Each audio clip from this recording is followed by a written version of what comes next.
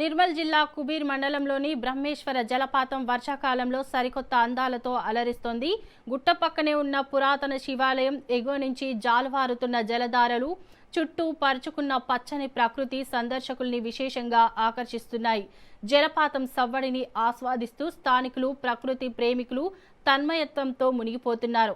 మరోవైపు శ్రావణ మాసం సందర్భంగా ఇక్కడి శివాలయంలో 5 వారాల పాటు ప్రత్యేక పూజలు, భక్తుల సందడి నెలకొంటోంది. అయితే ఇటీవల కురుస్తున్న భారీ వర్షాల కారణంగా జలపాతం ఉధృతంగా ప్రవహిస్తూ ఉండడంతో సందర్శకులు అత్యంత అప్రమత్తంగా ఉండాలని గ్రామస్తులు సూచిస్తున్నారు.